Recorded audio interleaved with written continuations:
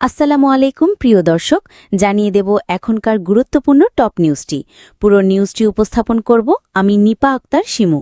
এবার বিস্তারিত খবর। নেপালে চলমান সরকার বিরোধী বিক্ষোভ দ্বিতীয় দিনে প্রবল আকার ধারণ করেছে। আজ মঙ্গলবার দেশটির প্রধানমন্ত্রী কেপি শর্মা অলি পদত্যাগ করেছেন। তার আগে বেশ কয়েকজন মন্ত্রীও পদ থেকে সরে দাঁড়িয়েছেন। রাজধানী কাঠমান্ডু সহ বিভিন্ন শহরে বিক্ষোভকারীরা প্রধানমন্ত্রীর ব্যক্তিগত বাসভবন, প্রেসিডেন্ট ভবন এবং বিভিন্ন মন্ত্রীর বাসভবন ও সরকারি স্থাপনায় আগুন ধরিয়ে দেন। সহিংসতার ঘটনায় নিহত হয়েছেন বহু মানুষ, আহত হয়েছেন শত শত। গতকাল থেকেই কাঠমান্ডু ও আশপাশের শহরে কারফিউ জারি করা হলেও জনগণ তা উপেক্ষা করে রাস্তায় নেমে আসে। সেনাবাহিনী নামানো হলেও পরিস্থিতি নিয়ন্ত্রণে আনা যায়নি। এদিকে অপতথ্য ও ঘৃণামূলক কন্টেন্ট ছড়ানোর অভিযোগে সরকার সামাজিক যোগাযোগ মাধ্যম বন্ধ করে দেয়। ফেসবুক, এক্স, ইউটিউব, ইনস্টাগ্রামের মতো জনপ্রিয় প্ল্যাটফর্ম হঠাৎ করে অচল হয়ে যায়। এতে তরুণদের মধ্যে ব্যাপক ক্ষোভ ছড়িয়ে পড়ে। পরে আন্দোলনের মুখে আবারও সামাজিক যোগাযোগ মাধ্যম চালু করা হয়। কেবল সামাজিক যোগাযোগ মাধ্যম বন্ধই নয়, নেপালে দীর্ঘদিন ধরে জমে থাকা অর্থনৈতিক বৈষম্য, বেকারত্ব, দুর্নীতি এবং রাজনৈতিক নেতৃত্বের প্রতি আস্থাহীনতাই আন্দোলনের মূল কারণ হয়ে দাঁড়িয়েছে। বিশেষ করে তরুণ প্রজন্ম পুরনো নেতৃত্বকে মানতে নারাজ।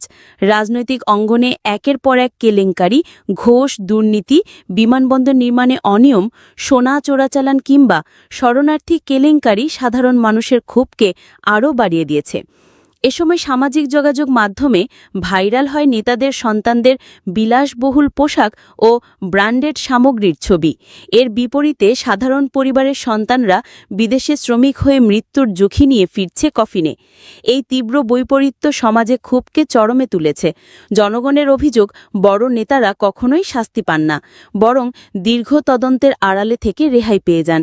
এতে করে সাধারণ মানুষের আস্থা ভেঙে চুরমার হয়েছে। সরকার দাবি করছে সামাজিক যোগাযোগ মাধ্যম নিয়ন্ত্রণের মাধ্যমে সাইবার অপরাধ, ভুয়া খবর ও বিভ্রান্তি রোধ করা সম্ভব। একই সঙ্গে বিদেশি কোম্পানিগুলোকে দেশের আইন মেনে নিবন্ধন করলে বৈদেশিক আয় বাড়বে বলেও তারা জানাচ্ছে। তবে সমালোচকেরা বলছেন, আসল উদ্দেশ্য মতপ্রকাশের স্বাধীনতা সীমিত করা। কারণ নেপালের মানুষ ব্যবসা বাণিজ্য ও প্রবাসী যোগাযোগের জন্য এসব প্ল্যাটফর্মের উপর নির্ভরশীল। বর্তমানে এই অস্থির পরিস্থিতিতে নেপালের রাজনৈতিক ভবিষ্যৎ কোন পথে যাবে তা নিয়ে অনিশ্চয়তা আরও ঘনীভূত হচ্ছে। প্রিয় দর্শক, এই ছিল এখনকার গুরুত্বপূর্ণ নিউজ। আরও গুরুত্বপূর্ণ নিউজ নিয়ে ফিরছি কিছুক্ষণের মধ্যে। নিউজগুলো সবার আগে দেখার জন্য এই চ্যানেলটি সাবস্ক্রাইব করতে ভুলবেন না। ধন্যবাদ।